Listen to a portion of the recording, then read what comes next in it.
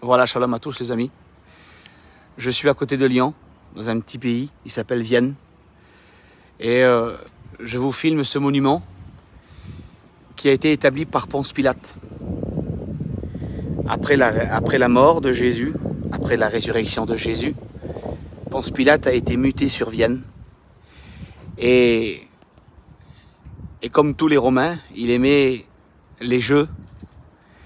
Et vous voyez, ça, c'est une espèce de pilier, une petite pyramide. Il y en avait une autre, je ne sais pas si elle existe encore toujours, l'autre. C'était une espèce de demi-tour.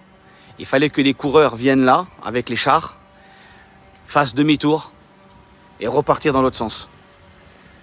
Et il y en a qui disent que, je ne sais pas si c'est bien vrai ou quoi, mais que Ponce Pilate serait enterré en dessous. Je ne sais pas.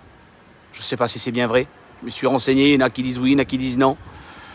Il y en a qui disent que c'est un pilier et que, voilà, c'était pour la course. Peu importe. Ce que je voudrais vous montrer, c'est que même si l'homme laisse des marques, laisse des monuments, eh bien l'homme passe avec toute son autorité. Mais ce que Jésus-Christ donne dans un cœur, ça dure éternellement. Ça dure dans nos cœurs et ça dure dans nos vies. Et même s'il y a des pierres qui ont été conservées, bien conservées, eh bien laissez-moi vous dire que ce que Jésus donne, ça dure éternellement.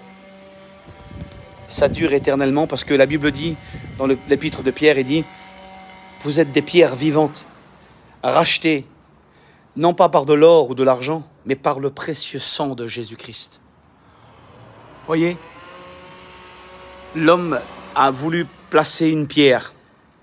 Bon, avec le temps, voilà, on essaye de la conserver.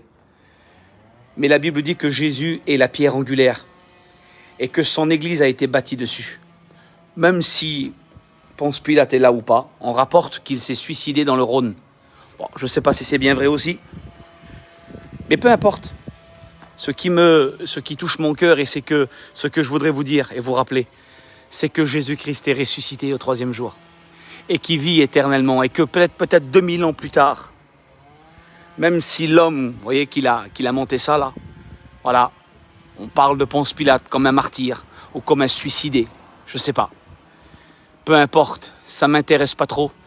Ce qui m'intéresse, moi, c'est que Jésus-Christ a changé ma vie.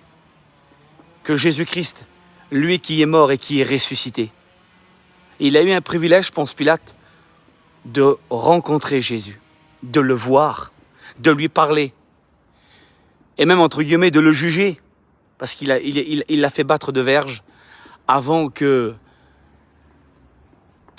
l'envoie être crucifié. Pourtant, il était averti que que Jésus était un homme de Dieu, que c'était l'envoyé de Dieu. Il était averti. On rapporte ce fait, je ne sais pas non plus si c'est bien vrai, mais on rapporte que depuis ce jour-là, Ponce Pilate n'a plus été le même. Lorsqu'il s'est lavé les mains, on rapporte par des écrits d'hommes et de femmes, ils disent qu'il n'arrêtait plus de se laver les mains. Comme si qu'il était marqué dans son âme et conscience qu'il était coupable du sang de Jésus. Et on rapporte que justement au bord du Rhône, des personnes se sont approchées de Ponce Pilate et ils lui ont dit « Mais qu'est-ce que tu fais, Ponce Pilate ?» Et il a dit, à quelque temps avant qu'il meure, il dit « Je suis innocent du sang de ce juste. » Il a été gravé, marqué de ce jour-là où il a été confronté avec Jésus. Moi, je me rappelle qu'il y a quelques années en arrière, j'ai été confronté au sens spirituel à la personne de Jésus. Jésus a changé ma vie. Il m'a lavé, Jésus m'a lavé de tout mon péché par son sang précieux. Christ m'a lavé. Le sang précieux de Jésus est capable de bénir ton cœur, est capable de purifier ton âme, est capable de purifier ton cœur. Écoutez, si cet homme, je ne sais pas dans quelles conditions il est mort, peu importe. Mais ce qui compte, c'est que toi, qui écoutes ce message, que vas-tu faire de l'appel de Jésus? Vous voyez, 2000 ans plus tard, on parle d'un martyr, d'un suicidaire de Ponce Pilate. Et je ne voudrais pas te parler de lui aujourd'hui. Je voudrais te parler de celui qui est mort pour tout le monde entier et qu'il est ressuscité pour sauver le monde entier. Son nom est Jésus. Dans le livre des Actes des Apôtres, il est écrit « Il n'y a pas d'autre nom », bien sûr le nom de Jésus, parmi lequel nous pourrons être sauvés, si ce n'est le nom de Jésus. Tu veux être sauvé? Tu veux être béni? Tu veux être pardonné? Tu veux être un homme, une femme, une jeune fille, jeune garçon, nouveau, nouvelle en Jésus-Christ? Accepte Jésus. Accepte Jésus. Rencontre-le aujourd'hui à travers ce message que je te donne de la part de Jésus-Christ. Jésus n'est pas un monument. Jésus n'est pas une relique.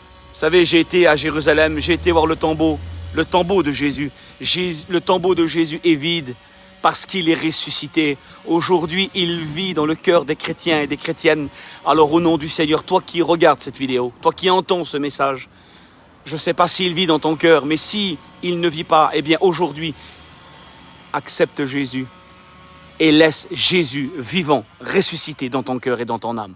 Que le Seigneur vous bénisse à travers ce message et à travers cette petite vidéo que je vous ai fait.